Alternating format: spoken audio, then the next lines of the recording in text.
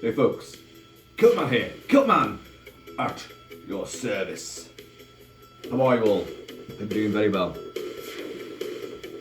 A big mug of life for juice. And no, it's not whiskey. That will come later. So folks, hope you're all doing very well. Right, today we're going to discuss something which I meant to discuss quite some time ago. And I kind of hinted saying, you know, there's some die-hard fans out there who are not going to like what I have to say. Because even though I'm a devoted fanatic for Arnold Schwarzenegger, the Austrian Oak, Arnie, I prefer Stallone, if I'm honest. Greater range, better actor. But Arnie at his best. Commando, Total Recall, Conan the Barbarian, Predator, which is still the best. He's never surpassed it, never will. Until maybe King Conan comes out. Please, God, make it happen. But at the height of all this fame and fortune and glory in the 80s, Terminator, Commando, Conan, you know, he was just going, each thing was getting better and better and bigger and bigger. You know, Red Heat, it was just, he could do comedy as well. He never took himself that seriously. He was a great character. And then they took on board a Stephen King under the nom de plume of Richard Bachman from the Bachman books, a story called The Running Man. And unbelievably, this was given to Paul Michael Glaser to direct. Paul Michael Glaser, lest you have forgotten, was Starsky, curly-headed Starsky in the 70s hit cop show Starsky Hutch. And he was awesome. Not a good director. Not a good director. Because The Running Man, folks, I'm afraid, is an absolute stinker. Yep, there, I said it. If you want a running man from Hollywood, get Tom Cruise. That fucking guy never stops running. Get him. Tom Cruise. Just fucking unreal. That guy never stops. But no, they bring on board Big Arnie to play, what is it, Ben Richards, who is a copper in the future of 2019. There are food shortages across America. Corporations and commercialization has taken over. Well, that bit's true. That's not changed, has it? That's definitely come to fruition. That was true back in the 80s. You know, it's never changed. And they have this thing called the Running Man game show, where people can compete, you know, if they survive being chased by these stalkers who are these big buffoony cartoon-like super warriors played by wrestlers and looking all sorts of weird oddballs. You know, if they can survive that, then they earn their freedom because they're usually convicted criminals. Now, Arnie, Ben Richards, was a copper who refused to fire upon innocent civilians who were rebelling in the city streets in a particular area, Bakersfield, I think it is, right? And he won't fire on them because he's ordered to fire on them, and he says, "No, I will not fire on innocent women and children. They're just rioting for food, damn it!" You know.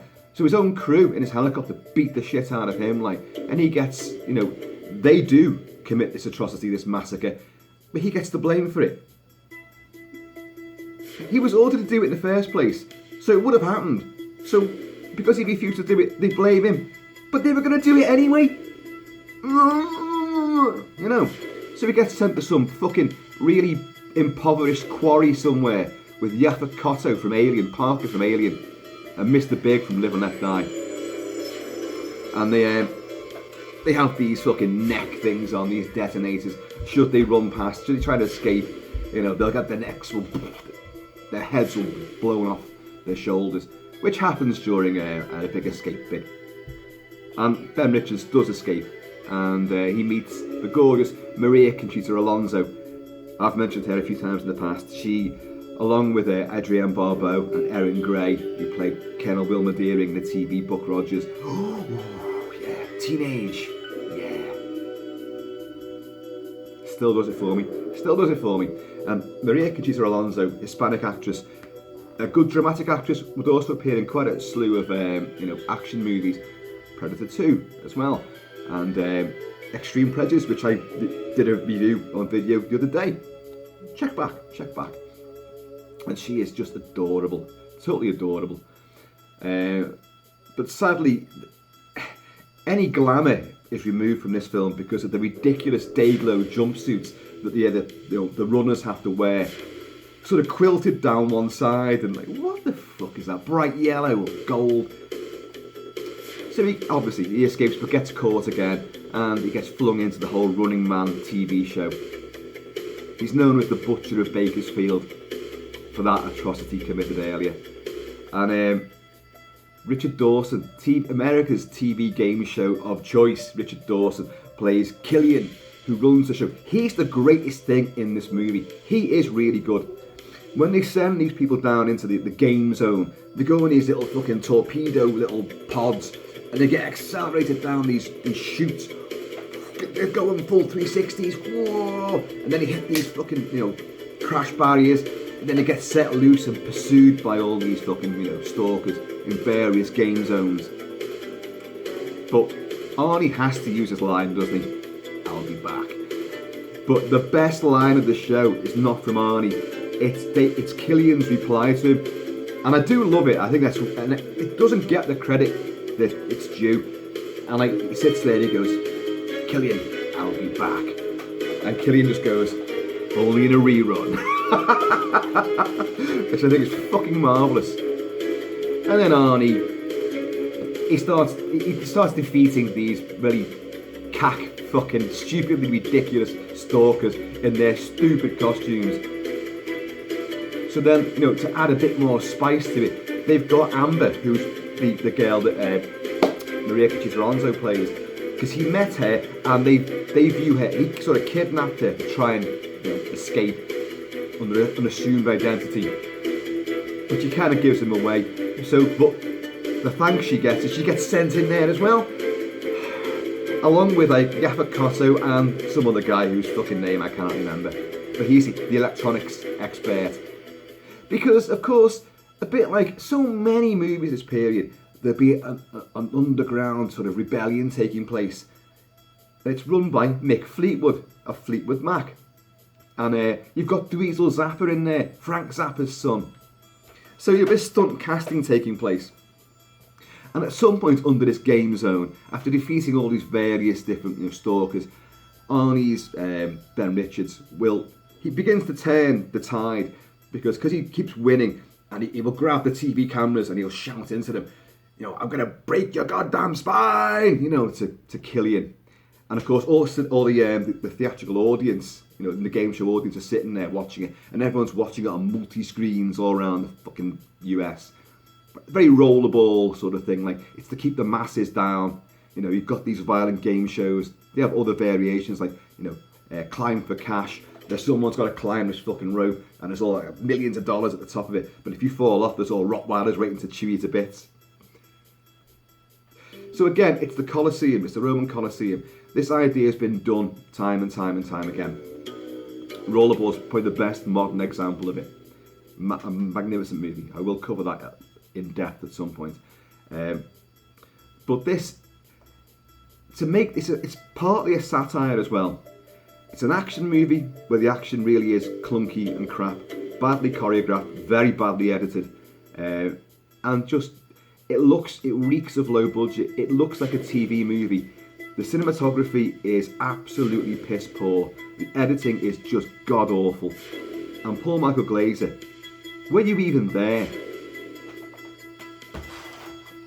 Here's the UK Blu-ray of it. Uncut! There's nothing to cut in it. There's hardly any fucking gore in it. Even with a buzzsaw cutting somebody in half, which you don't really see anything of at all. And Professor Toru Tanaka, remember him? Big fucking sumo type guy who fought Chuck Norris a couple of times, I do believe. He plays Sub-Zero, and on an ice rink he has exploding hockey pucks. But Arnie manages to unwrap some barbed wire fencing and wrap it round him, and he loses his hands, and he's in all his fucking hockey armour, and he sinks to the floor and then dies of loss of blood, presumably, although you don't see much blood. And Arnie goes, "Here lies Sub-Zero, now Plane Zero!" Shit line. You've got Arnie's long-time buddy who appears in a lot of his movies, Sven Ultussen, another bodybuilder. He was in Conan the Barbarian. He was in Conan the Destroyer. He's in Predator. He's the he's the guy when Arnie goes in and he goes knock knock, and he gets blown through the fucking side of the wall. Like he's also plays Tiger or Tigress of Gaul in Gladiator. He's the aged gladiator who's come out of retirement with the tigers to support him to fight Maximus. And he's great, but he's so badly underused in Running Man. He's Killian's personal bodyguard. And when the rebellion does strike, you expect there's already been a line about steroids, about this bodyguard, go and get some steroids or something like that. About the size of it. He's just in a fucking suit anyway, so you can't even see any muscle. But at the end, there is the payoff between Arnie, Ben Richards, and this bodyguard. So Arnie and his once busy mate, or still busy mate, Sven, square off against each other. And like Killian goes, "You got anything you want to say to Ben?" And he just goes in a really terrible accent, which you can barely understand. He goes, "I got to score some steroids," and then just walks off. And you're like, fucking hell! You've got Jesse Ventura, who carried Old Painless in Predator, and he plays Captain Freedom, but at least he has a sense of fun about him. He really sends himself up. He comes in his ridiculous armour, and he says, "Kill you now, I won't do it. I'm not going to wear this stuff," and half his armour's falling off. But it just shows you, it's like he gets the joke. He's like, "Look, I'm not putting over this piss poor performance and this absolutely shit fest of a show any longer." He could be talking about the film as well. He's got Jim Brown as Fireball. The great Jim Brown. "Let's win one for the zero!" And he's got like a rocket pack and a flamethrower. A rocket pack and a flamethrower is not a good combination, folks. Someone's going to go kablooey. And you've got, and I really cannot remember his name, from, not the Warriors, not the Wild Bunch, the Wanderers, and from Stir Crazy. That great big bald guy who's a hulking brute, who's actually a really good actor, and he's got quite an impressive name which I have forgot. Fuck it, I'm going to find out what his name is. You just wait there one moment, if I can get this mouse to work. Erland Van Lith, and he plays Dynamo. And Dynamo has this... I don't even want to talk about it because it's so piss poor. He has this little pathetically ramshackle little buggy which he drives around. He's covered in lights. He has a Mohican which lights up. He just looks ridiculous. And of course, Arnie, Ben Richards, he said, "Follow me, chase me, Dynamo. Follow me, Christmas tree. Follow me, light ball." And he crashes, but Arnie won't kill him. And this is how Arnie wins over all the spectators, who start then betting on him to beat the next stalker. And Killian's like, "Hang on a minute, don't bet on Ben Richards, he's the bad guy." And this little old biddy goes like, "It's my choice, I can bet on who I want." And he goes, yeah, and I want to bet on Ben Richards. He's one mean motherfucker. And you're like, you're meant to go, "Ha ha ha ha ha ha ha ha ha ha, fuck you." Slam dunk, shite fest. The guy that should have made this movie is Paul Verhoeven. Paul Verhoeven, of course, RoboCop, Flesh and Blood, Total Recall, Basic Instinct. This guy, Starship Troopers, he knows how to satirise stuff whilst having a serious observational stance on politics and the absurdity of, corporate domination of the world and society. He does it really well. The guys who wrote this, and I don't even know who wrote the script, I can't remember, and I don't care either, and Michael Glaser have no concept of how to make this a valid statement. I get flack for knocking this movie because so many of my friends, so many people I speak to about movies, and I'll get flack probably for this video as well, they go, "Oh, I love Running Man." And I'm like, why? "Oh, it's so funny and it's so exciting." Exciting! It's absolute, the action is shit. During the big revolution, when the big uprising, which just happens to be fucking underneath the game zone. How convenient. Arnie will be rescued by these guys, along with Amber, Maria Conchita Alonso. Yaphet Kotto and the other guy get fucking killed. And the whole thing gets exposed. You've got these guys down below who've got tapes, and they're gonna sabotage the uplink to the satellite. There's always an uplink, and it's just a little box on a fucking wall, for God's sake. Oh God. And they're going to make it public what the whole game show is all about, and who's running the country, who's calling all the shots, and expose Killian for the twat that he is. Yeah, well, that's by the numbers. But when they do it, and then everyone sees it and they're all like in shock. You see previous winners of the game show who they've shown lounging on a beach, which is clearly a fucking set. It's clearly a fucking set. And like all the 3 previous winners, they're all sitting there together in deck chairs under the fake palm trees. What? And American society bought that. What? And then it cuts to the real footage, and all 3 of them are there burnt to a crisp because fireballs done them in. Oh well, they're just decomposing bodies or whatever. Fucking hell. Fireballs in the sequence. Whatever. Whatevs, I say. And so the whole thing gets exposed, and then the rebellion takes place. Arnie gets tooled up, and they go on the attack. They go on the offensive in a really lousy final action sequence. Amber will meet Erland Van Lith, Dynamo again, because he didn't kill Dynamo. Arnie had a chance to kill him, but doesn't, which is what helps him win over the audience sympathy. But she will meet up with Erland Van Lith, and he's like, thought it was funny out there in the zone, didn't you, bitch? Well, who's laughing now? And he's trying to rape her. And I suppose it's a funny... Can you make light of a rape sequence? Apparently, Paul Michael Glaser and co thought you could, because you see him with his kecks down, and he's got a big nappy on. And like, what's the matter, bitch? Why aren't you laughing now? He says to her. And like, Maria Conchita Alonso, who I adore, but with her accent, she mangles this line. This is what her reply is. What's the matter, bitch? Why aren't you laughing? And she says, because there's nothing funny about a dickless moron with a battery up his ass.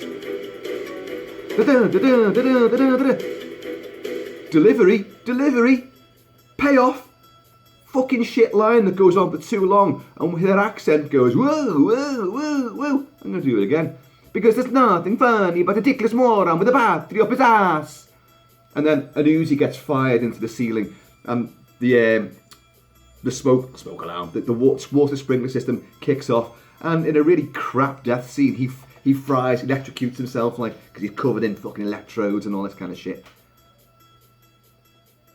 Oh God, it's awful. It's just plain awful, plain awful. However, there is one saving grace, apart from Killian's line, and apart from seeing Maria Conchita Alonso in skimpy negligee on an exercise machine. I'm going to throw up. Go ahead, won't show on this shirt, he says, like, in a big flowery Hawaiian fucking thing. Anyway, is the score by Harold Faltermeyer. Harold Faltermeyer from, Top Gun, Beverly Hills Cop, Axel F. Come on now. It's a purely synthesized score, and it's got one of my favourite tracks from the 80s, which has been playing none too subtly in the background throughout all this ranting rampage against the running man.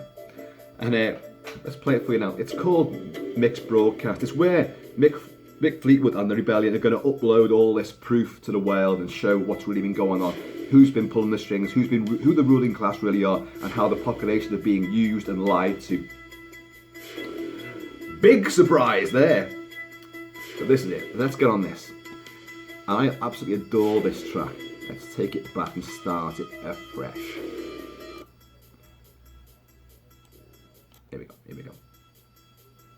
Again, I'm in the wrong studio. I've got the lousy speakers here, but you'll get the gist, because you'll see me go like that.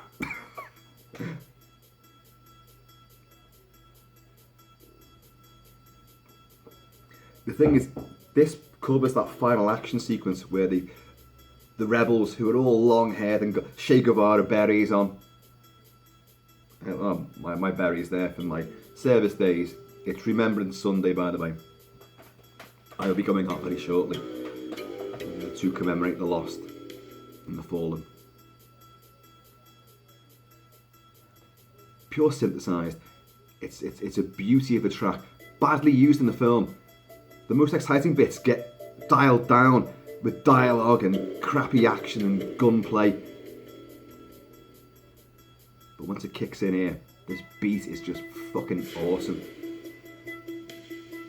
So it's played from the quiet speakers, I'm sorry about that.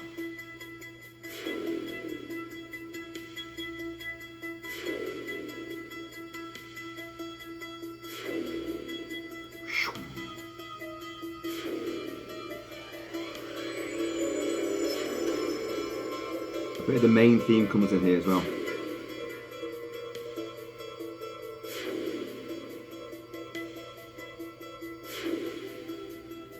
Now, that's the main theme.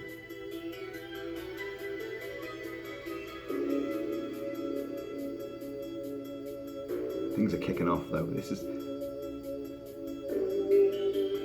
Once this kicks in, this is a great workout track as well, by the way.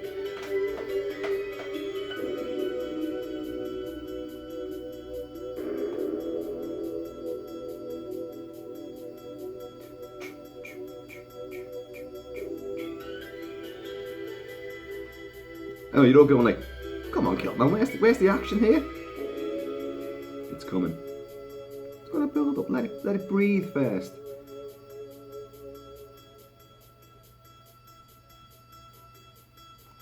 Blast the beam.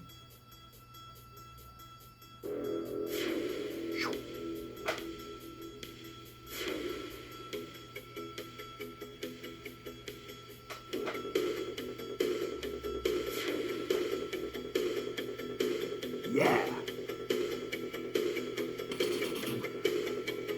He's got a fucking cigar in his gob as well. It's like Arnie's really selling himself. I'm at the top of my game!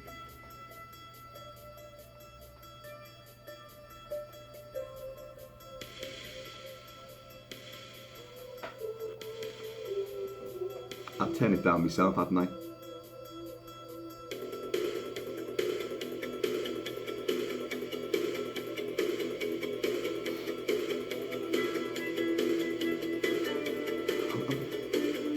It's a weird sound, it's a weird twang to those synthesized beats.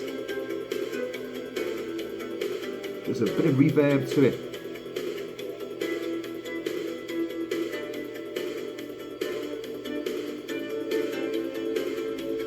I love it, it ups the game here. A bit more angst, a bit more urgency.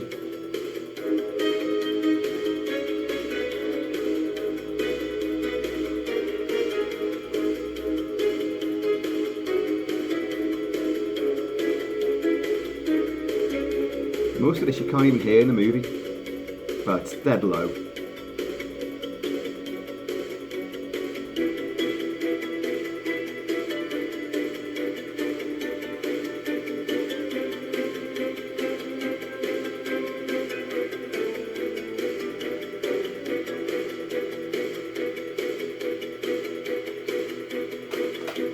This, after knocking it so badly, it's right for a remake. And do it right. The book is different. The original Bachman book, The Running Man, it's a different story. I can't remember how the story goes. I know it deviates a hell of a lot from the movie, but you know, basic essence is the same. I think isn't he trying to make money for his family? You know, he's got to make money to save his family. Well, whatever. Where it's different in this, he's framed. Although, as I said at the beginning, they were going to do the deed anyway. They were going to fire on these innocent civilians regardless. So if he hadn't rebelled, who would have took the blame anyway? Fuck it, it just doesn't make any sense. It's just stupid. The film has such low budget. It is like a really piss poor 80s TV movie. It's gaudy without being colourful. Its lines of dialogue are so ineptly delivered, except in a couple of instances, that it just go, oh Jesus. I mean, it's even the Mick Fleet with you know, Mr. Spock. You have the helm, and Dweezil Zappa goes, "Who's Mr. Spock?" And Mick Fleet just goes, you know, it's throwaway shit like that where, you know, obviously the audience now is meant to get that and go, oh, ha ha ha, yeah, pop culture reference. There's ways of doing these things where they work. Arnie was a master of the one-liner. Well, he was a master at making them cheesy, but making them great at the same time and memorable. Fuck all in this. Fuck all. And he's at the, you know, he's just done Predator, and he's done Commando, he's done the 2 Conan movies, done Raw Deal. You know, this guy was, T2 was beckoning. He's on the up and up. He's on the cusp of, well, he actually has hit megastardom. And then this comes out, and for me, I saw it at the flicks as well when it came out, and I sat there just, I'd only be, what would I be, 16, 17 years old, and I was already a, you know, die-hard fan of, you know, these kind of movies, and I just thought, what the hell is this shit? It's just terrible. I'm not sure if Michael Glaser went on to direct anything else apart from TV shows, and, you know, and on the basis of this, you know, I can see why. You know, you were rubbish, mate. As Starsky, you were wonderful. As a director, he does a commentary track on that Blu-ray, that UK Blu-ray, which I did begin to listen to. I wanted to see, you know, where your hands tied.